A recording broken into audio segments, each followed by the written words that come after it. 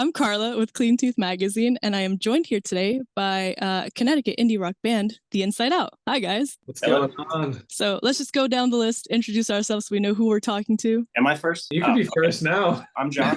What's up? I play bass. I'm Zach, lead guitar, backup vocals, occasionally synth. Hey, I'm Andy, and I play the drums. I'm James. I play guitar and sing. Phenomenal to meet you guys. So first and foremost, let's talk shop. You have a song that just dropped, Mr. Arrogant, about a month ago. Tell me about that. You know, what inspired it? What is it about? I want to hear everything. So it started out as like this little guitar doodad I had that I like kind of brought to everybody like at rehearsal, and we kind of jammed on it like nonstop for a couple hours and messed around with it. Then we sat on it for like a couple months because we had some other stuff going on, and we kind of wanted to start actually structuring out our next record. So we like brought out all our ideas that we had, kind of messed around with a little bit, and that was like top on our list. I think Andy had like a voice memo or something saved on her phone called like 2 a.m. and that's what we originally called it, was because we were like writing it at 2 a.m. after a rehearsal, drinking and playing the same riff for like 2 hours. I don't know what's wrong with us. Yeah, it was what I guess one of the few tracks so far, hopefully way more to come, that all four of us kind of played like a great role in creating. Yeah, like composition wise, it came together like really quick. So immediately I was like, good song. You know, that's a good sign if everyone in the band likes the song.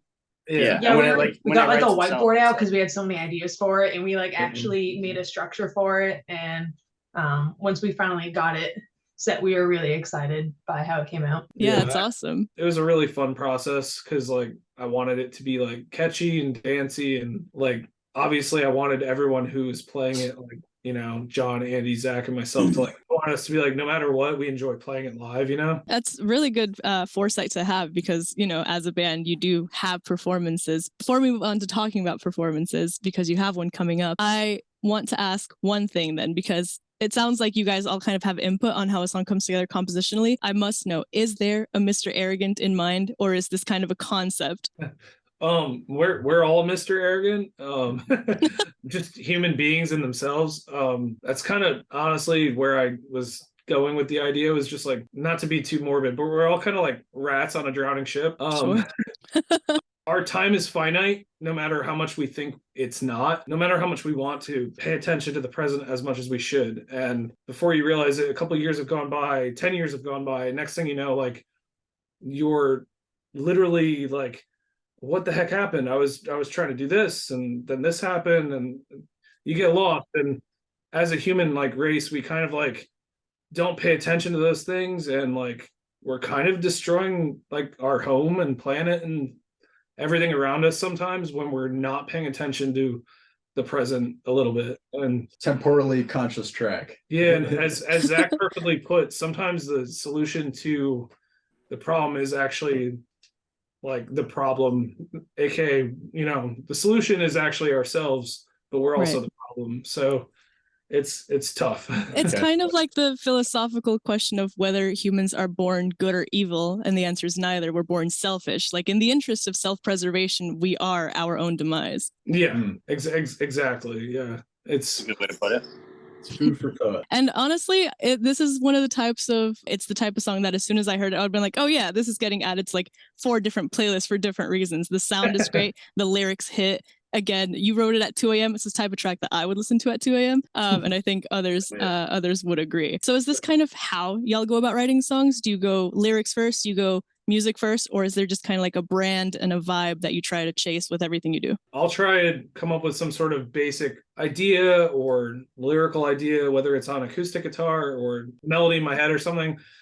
I'll usually mess around on it myself for either like a day or two or whatever, and then I'll usually bring it to like Zach and be like, hey, is this worth pursuing? And he's like, no, or he's like, yes. And then if it kind of passes his test, then I'm like, all right, well, if Zach said it's good, then John will probably say it's decent. And Andy's usually like, I kind of just want to jam along to something, so it kind of works like that. And then we all kind of put our input into it. It's a fun process. This song started with like that guitar lead line, though, right? That was the very first thing. Right? Yeah, the da da da da da da da, and then the da da da da da da. Yeah, that 2 riffs. Yeah, almost Darude Sandstormy. Yeah, I mean, honestly, that's literally all I had, and I was like, "Hey, do you guys like this?" Well, it's a great track. Congratulations. I do want to ask then about kind of your musical influence, because on your Spotify you cite The Strokes and Brand New as inspiration. Does this stand true for the track and future songs, or do y'all draw inspiration externally? Because I saw you guys also have a playlist of like y'all's favorite songs. I think collectively we all have different influences, which really make it fun and interesting when we're collaborating on a new idea that one of us had. You know, whether it was like I wrote it all on my home studio during COVID or whatever. You know, those were a lot of, you know, more like that classic emo style, and like Right. now we kind of collectively as a group want to move more in like that indie rock kind of like genre, and really kind of take the best parts of all our influences and put them together and see what comes out. Yeah, and there's a really strong indie rock scene, specifically in Connecticut and the New England area, but kind of just as a movement right now. I feel like pop music is trying to find its place, and in doing so, it's leaning alternative, whether it's alternative rock or, you know, a new twist on R&B like right now. Yeah, I find like there's a lot of sorry, is that good? I was just saying, well put. Yeah, I agree with that. There's a lot of pop punk going on in Connecticut still, and there's also like a lot of like punk rock. I feel like there's a good amount of indie rock, and then there's like a good amount of just like, you can't really put your finger on what it is. It's just like a lot of young kids, like early 20s or teens in college or whatever, like still, and they're trying to figure out what sound they want to go for. And Zach and myself, we have a studio, we hold shows here all the time, and we've had the pleasure of like hosting a lot of the CT bands in the scene here. And we've seen a lot of just, it's such a vast array. It's hard to like generalize it. You know what I mean? Of course, because now I kind of want to know who y'all's individual both influence and favorite artists are, just to kind of see how that differs from the sound that you create. There's a lot of overlap too, but it's not just we all like different things. But I don't know. I grew up like a pop punk kid very much. I like everything. I don't know. There's not a lot I don't like. So sure. Right now, I really like a band called Webbed Wing. Oh, okay. Yeah, really into them right now. I grew up listening to like bands like Death Cab for Cutie, Brand New, Modest Mouse. Naturally, those kind of like take an influence since I'm doing the vocals. Right. But at the same time, like I always loved more upbeat bands like The Killers, you know, Two Door Cinema Club, The Strokes. That's really funny. I was going to say the new song sounds like Two Door Cinema Club, the guitar line at least. Yeah. So you can kind of see some of that overlap. And I know one of the first things John and I did when he joined the band was like, we were jamming to like Taking Back Sunday. And we were like, wow, we both love this band, but we don't sound like Taking Back Sunday, but we both love Taking Back Sunday. At least like classic Taking Back Sunday, not nowadays Taking Back Sunday. Actually, it's a very specific era of Taking Back Sunday, but but that's the guideline. Yeah. So when I was a kid in like elementary school, middle school, high school, I listened to a lot of like pop punk and other kinds of genres like Good Charlotte, Rage Against the Machine, Muse, System of a Down, like I don't know, all those really popular bands at the time. College, I listened to a lot of electronic music, and then after college I got really into the Strokes, Arctic Monkeys, the Voids, a lot of that genre. So it's evolved over time. I listened to the Strokes have been probably my favorite band for close to a decade at this point, and I don't think I've ever been able to say that about any other band. Also love, you know, tons of other indie rock acts such as like Off Love. I believe they're from like Newtown CT, if I'm not mistaken, as well as The Audience, of course, like Modest Mouse, all that. But I listen to just about everything, doing a lot of like hip hop, you know, Nas, J Rock, Sure, etc. But I think it's important to kind of, you know, listen to new tracks, especially if I feel like influence could be cross genre more than people care to admit. So I fully agree. So that answers the question as far as musical style goes. As mentioned, you guys have a show coming up. Do y'all want to plug when that is and kind of tell us what we can expect from you at a show? We've got a tour coming up from October 6th till like October 20th. We're kind of doing like a big loop through the East Coast, through like Nashville, Ohio, New York, Georgia, Florida, South Carolina. It's all a lot to look at. So is this y'all's first tour? With this lineup is definitely the first tour we're doing. We're excited to really lose our minds with each other for more than a week straight. So what is it that you guys try to channel at your performances? Is it about the music? Is it about the hype? Is it about the community? What is your main focus when you hit the road? For live music, I just want everybody having a great time, or just vibe and relate to the music that we're playing. That's the biggest goal.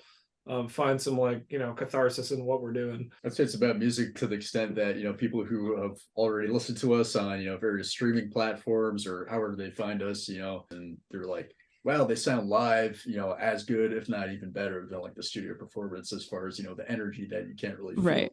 Just sit with headphones and Mm-hmm. Yeah, that's huge. It scares me to be a band that like doesn't sound like the record. Understandable.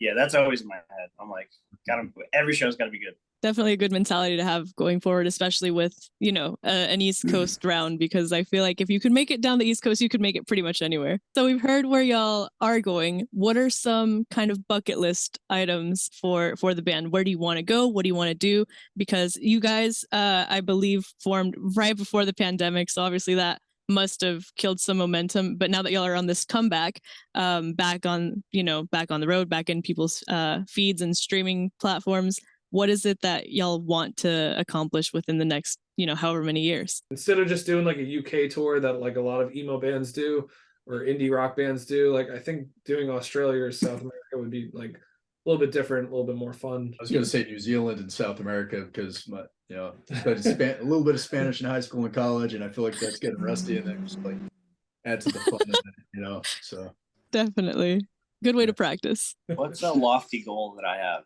I don't know. So me and Andy recently saw. Tours, bro. Can I get there? Me and Andy recently saw Blink in New York on like their big tour they're doing now, and it was like a trip just to see like that band in an arena, which I never thought they'd get to. But I was just like, damn, I would love to do that. That'd be sick. In terms of location, I definitely want to play California sometime. It's not as exciting as Australia, but that California's the West Coast definitely sounds like a fun place to play shows. And then I know we're currently working on our next album. So within the next year, definitely want to see us put out a nice cohesive album that we're working really hard to write and record right now. So maybe put out a couple music videos as well. That'd be exciting. I guess for me, like main goal for the band is just to kind of push out more releases more often than we have been, just kind of continue to figure out where that ceiling, if it even exists, is. Sure, stay on people's mind, right? Yeah, for sure. One song a day. I'm sure everyone would be down for that. A low-key goal I have for us is for us to cover a Strokes or Arctic Monkeys song. At least one of those bands. Strokes. That would be awesome. Yeah, well, that's like our cover of Joyce Manor. John and I were talking like I want to say a few months ago. We were like, let's put out a cover song like EP.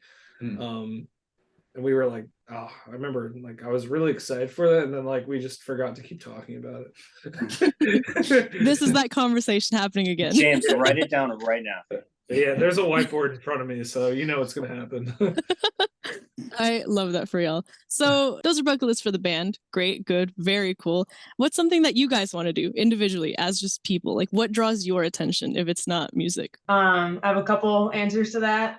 Sure. One is I'm a snowboarder, so I want to snowboard in the Southern Hemisphere in the next year or two. Chile specifically. I've been having my eyes out for it because it just sounds cool to go somewhere where it's winter when it's like summer back at home. Right. Go snowboarding. Yeah, that lines up with the South America tour. Yeah. And then I've been gardening a lot the past couple of years, so just get better at gardening, grow more things. Yes, as obviously a member of this band and also a recording studio owner myself, who spends way too much time indoors, just like more vitamin D. I love tossing a disc. I also love snowboarding, hiking, just like getting out in the sun, and hope I could set myself up to do a little bit more of that this coming year. I want to get out of the rat race of life. I want to quit my 9 to 5, 11 to 7, whatever. And I want to, I don't know. Hopefully music's a conduit for that, but I want to get at like a cool house and a dog. I'm really into like stand-up comedy and skateboarding. I want a French bulldog. Oh, dude, same. Well, I want an English bulldog. Yeah. I love these. I'd like to be able to like set a goal for myself to go for more runs, go on hikes every weekend, just like travel way more than I have been. Is your answer for where you would like to travel to the same as where you want to tour? Is it still South America and Australia? Yeah. Hey, both are great places. I guess you got our number figured out. So as we draw to our final part of the interview, if there's just one thing that you could say to the general public, everyone's got their eyes on you right now, what is it that you would say? I mean, we can go around the room. John, why don't you go first? Thank you for paying attention to the art that I make. And yeah, stay cool. Stay cool. You're on deck, James. You called me out. Zach was about to go. There was silence. I'm still formulating what I'm about to say here. I guess like if you find yourself too stressed for whatever particular reason, just like take a step back, take a deep breath, and put things in perspective. Most of the time, things aren't nearly as bad as they seem to be. So yeah, I feel like mine kind of goes with what Zach's saying. It kind of goes with the song "Mr. Arrogant." Like, pay attention to your present and just like really take a step back. If things are seeming too stressful from A to B all the time, like just really focus on A and make sure everything you're doing in the moment is like what you want to be doing and what's better for you and the people you love around you. I feel like that's what's important. So don't lose sight of that. Sure. All right, my turn. Yes. If at first you don't succeed, skydiving is probably not for you. Really wise. Wait, I want to go skydiving though. I don't want to go skydiving. I hope you're a succeed first type of person then. Oh God. Doesn't your fear of heights lessen, John, as you go down towards the ground? No. There you go. No. I think that's logic right there. That is logic. It's not the fall that kills you, it's suddenly stopping. All right, one final question for the magazine that we always ask at the end of our interviews. We are Clean Teeth, so in the honor of staying true to that brand, if you were a flavor of toothpaste, what flavor would you be? Cinnamon, because I went through a toothpaste hipster phase for like five months, and I really like cinnamon toothpaste. Then went back to mint. I've never heard the phrase toothpaste hipster. Me neither. I definitely would not be cinnamon because I'm allergic to cinnamon. So sure. Zach's toothpaste would kill me on tour. So that's good to know. One way to make sure you don't steal toothpaste. Yeah, no shit toothpaste on tour. I would be peach iced tea because that is the flavor of toothpaste that I use. I've spent my life hating the chemical taste of toothpaste. And High Smile is a brand I'm going to shout out because they rule and they make amazing toothpaste. Not sponsored, but if you want to sponsor them. Absolutely. High Smile. Let's do it. Let's go. On the opposite of John, ever since I was a kid, I wanted the mint toothpaste. I'd be like 6 years old, like, oh, do you want the bubblegum toothpaste? And I'm like, no, I want the mint flavored because that's my favorite. So, mint chocolate chip, my favorite ice cream. So. Mint chocolate chip is the best flavor of ice cream. Yeah. Andy, watch out for that lion behind you. Yeah, there's a really, really ferocious feline behind you. It's a beast. What kind of dog is that? Speaking of Andy, your dog is looking weird. Well, thank you guys so much for speaking with me. We've got 1:30 on the clock. Where can we find you guys? What is y'all's website, Instagram? Most of it's the Inside Out Band, but if you use Linktree / the Inside Out, that's usually the best way to find all of our links all in one. Awesome. Well, thank you guys so much for speaking with us. Catch these guys on tour, stream Mr. Arrogant, and you know where to find them. Thank you so much. Thank you. Thank you.